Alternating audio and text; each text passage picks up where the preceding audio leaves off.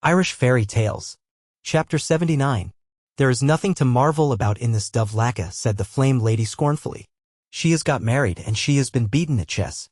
It has happened before. Let us keep to the story, said Mongan, and, having taken some few dozen deep draughts of the wine, he became even more jovial than before. Then he recommenced his tale. It happened on a day that Mongan had need of treasure. He had many presents to make, and he had not as much gold and silver and cattle as was proper for a king. He called his nobles together and discussed what was the best thing to be done, and it was arranged that he should visit the provincial kings and ask boons from them.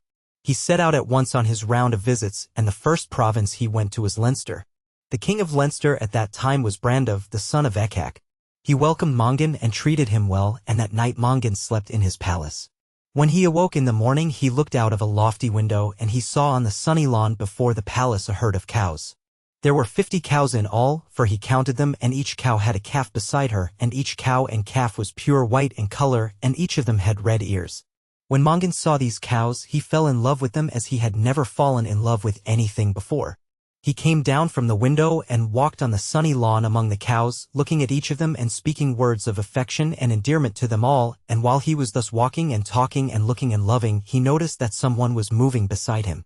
He looked from the cows then, and saw that the king of Leinster was at his side. "Are you in love with the cows?" Brandov asked him.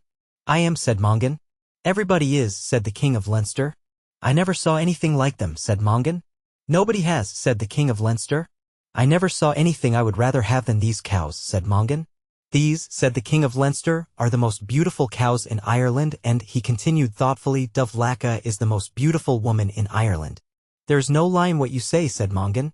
"Is it not a queer thing," said the king of Leinster, "that I should have what you want with all your soul, and you should have what I want with all my heart?" "Queer indeed," said Mongan, "but what is it that you do want?" "Dovlaka, of course," said the king of Leinster.